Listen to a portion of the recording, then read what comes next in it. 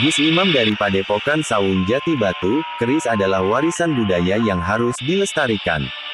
Kota Batu, siaptv.com, Gus Imam, pengasuh Padepokan Sawung Jati di Kota Batu, Jawa Timur, menegaskan pentingnya melestarikan keris sebagai warisan budaya Nusantara.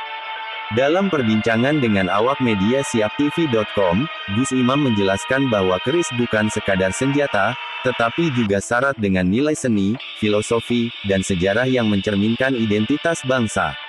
Tanggal 20 Juni tahun 2025. Jadi sekarang yang beredar itu sebetulnya yang banyak itu keris dari Mataram. Jadi kalau keris dari era-era Singasari atau era-era Majapahit itu sudah banyak yang hilang. Berarti ada yang musnah, ada yang termakan usia, banyak yang habis itu. Untuk termakan usia, banyak yang habis itu. Untuk materialnya ya. Itu yang pusaka Majapahit dan Singasari. Jadi yang banyak itu sekarang itu era-era Mataram. Cuma banyak orang-orang yang mengatakan bahwa keris itu era Majapahit, sebetulnya Mataram.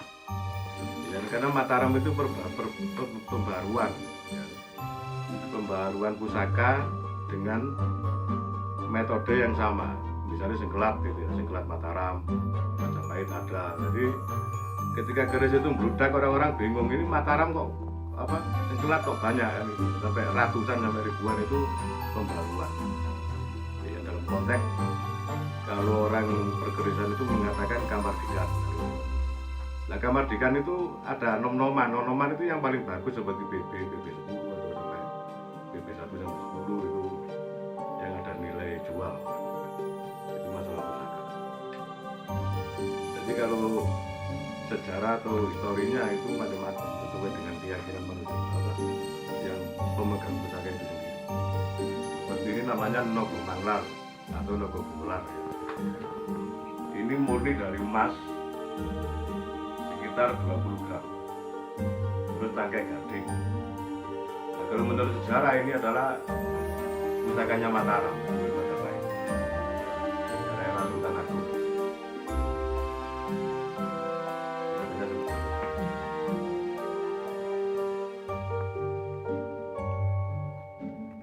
Nogo Gemelar atau Nogo Manglar.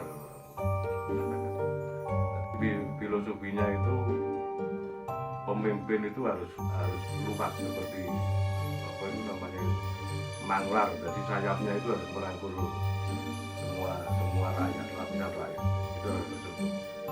Itu filosofinya Nogo Manglar. Ini pusakanya sekitar 250 ya, pusaka itu sebelum tombak. Kalau sampai tombak ya 300-an pusaka. Kitab yang kuno itu yang ada itu zaman Demak itu, era-eranya Demak itu ada. Jadi Al-Quran, tulisan tangan. Tapi yang menulis itu 3 wali, Sunan Derajat, Sunan Bonang, dan Sunan Gunung Jati. Ya. Tahun berapa itu? Itu sekitar 1500-an. Tahun 1500. Abad 15 ya? Abad 15 itu Majapahit. Masih utuh. Itu salah satu yang saya koleksi. Berapa ya?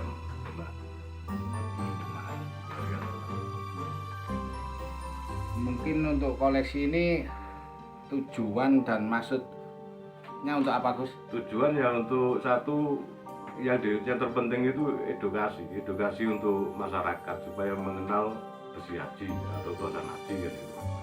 Supaya budaya tidak hilang. Nomor 2 ya untuk investasi. Kalau kolektor ya itu untuk investasi atau untuk hobi biasanya kan gitu. Terus ada yang diambil dari segi mistisnya ya, atau yoni ya. Jadi segala pusaka itu ada yoni. Kalau kodam tidak ada, tapi yoni pusaka itu ada. Karena apa? Bisa menarik hati manusia yang melihatnya. Kagum misalnya manusia. Itu salah satu fungsi dari kenapa saya koleksi pusaka.